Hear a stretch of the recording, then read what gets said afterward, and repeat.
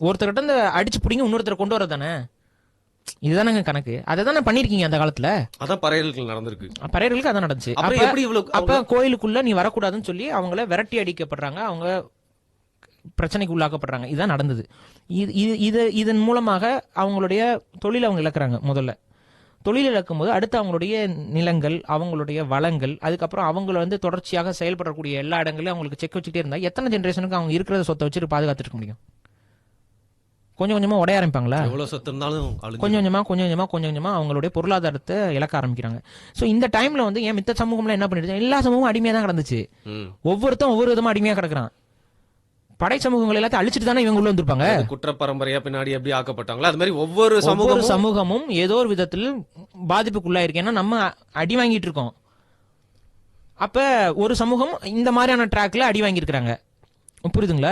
இப்படி இப்படி போறாங்க. ஒரு சில சமூகங்கள் வந்து நில உடைமை சமூகங்கள், ஒரு சில வெள்ளாளர் சமூகங்கள், இப்ப எங்களை மாதிரியான உடையார்கள், அதுக்கப்புறம் வந்து மூப்பனார்கள், அதுக்கப்புறம் இன்னும் கொஞ்சம் நிலம் இருக்கக்கூடிய முக்குளத்தோர், இவங்கெல்லாம் வந்து என்ன பண்றாங்கன்னா இவங்க நில உடைமையாளர்களா இருக்கிறாங்க. இவங்க கிட்ட படைபலம் இதுவும் கொஞ்சம் கொஞ்சம் இருக்கு. அவன் என்ன பண்றான், இவங்களெல்லாம் முழுமையா அழிச்சிடலாமா இல்ல இவங்களை நமக்கு அசோசியேட் பண்ணிக்கலாமான்னு பாக்குறான். யாரெல்லாம் இந்த சமூகங்களுக்குள்ள அவனை எதிர்த்து சண்டை போட்டாங்களோ அவங்களெல்லாம் அழிக்கிறான். யாரெல்லாம் சண்டை வேணாம்ப்பா நியூட்ரலா போயிடலான் இருக்காங்களோ அவங்களெல்லாம் கூட வச்சுக்கிறான். புரியுதுங்களா? அப்படிதான் இவங்க தப்பிச்சிருக்காங்க. அப்படி தப்பிச்சவங்க தான் மித்தவங்கலாம். இவங்களையும் இவங்க சமூகத்திலையும் கண்டிப்பா சில தலைவர்கள் வந்து அவங்களுக்கு எதிராக சண்டைக்கு போனவன் இருப்பான், போருக்கு போனவன் இருப்பான். அவங்க சமூகம் எல்லாம் சேர்ந்து கொன்றொழிக்கப்பட்டிருக்கும். அதான் நடந்திருக்கு வரலாறுல. தப்பிச்சு பொழைச்சவன் மிச்சம் இருக்கிறான். இவங்கிட்டையும் பிற்காலங்களில் தொடர்ச்சியா சண்டைகள் நிறைய இடத்துல நடந்துகிட்டே இருக்கு. கொஞ்சம் கொஞ்சமா நடக்குது. அப்ப அது எல்லாத்தையும் மீறி அவங்க என்ன பண்றாங்க, இது சிம்பிள்ங்க. ஒரு ஃபாரின் இன்வேஷன் நடந்தா என்ன நடக்குமோ அதான் நடந்திருக்கு. டிவைட் அண்ட் ரூல் நடந்திருக்கு. இவங்களுக்கு சண்டை முட்டி விடுறது இதெல்லாம் நடக்குது. அப்ப அவங்களுடைய தாட் ப்ராசஸ் அடுத்து நம்ம கிட்ட இப்ப இன்னைக்கு வெள்ளக்காரன் வந்துட்டு போனதுக்கு அப்புறம் நம்ம வெள்ளக்காரனா மாறிட்டு இருக்கோம்ல, அதே மாதிரி அவங்களுடைய பிலாசபி, அவங்களோட ஐடியாலஜிஸ் எல்லாம் கொஞ்சம் கொஞ்சமா இந்த தமிழ் மண்ணில் வந்து விதைக்க ஆரம்பிச்சிட்டாங்க.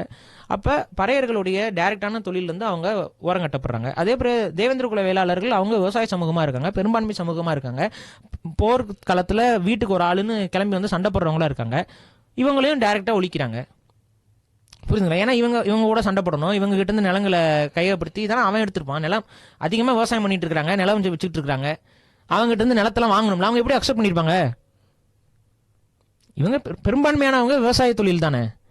அப்ப அவங்க என்ன பண்ணுவாங்க, இது என்னோட நிலம் எப்படி நான் விட்டு கொடுப்பேன்னு சொல்லியிருப்பாங்க. அப்ப என்ன ஆகும், அதெல்லாம் முடியாது உங்ககிட்ட இருந்து வாங்கி தான் ஆகணும்னு சொல்லிட்டு அவங்க அடிச்சு பிடிங்கிருப்பாங்க. அதுக்கு எதிராக சண்டை போட்டிருப்பாங்க. அதுல பாதி பேர் செத்துருப்பாங்க.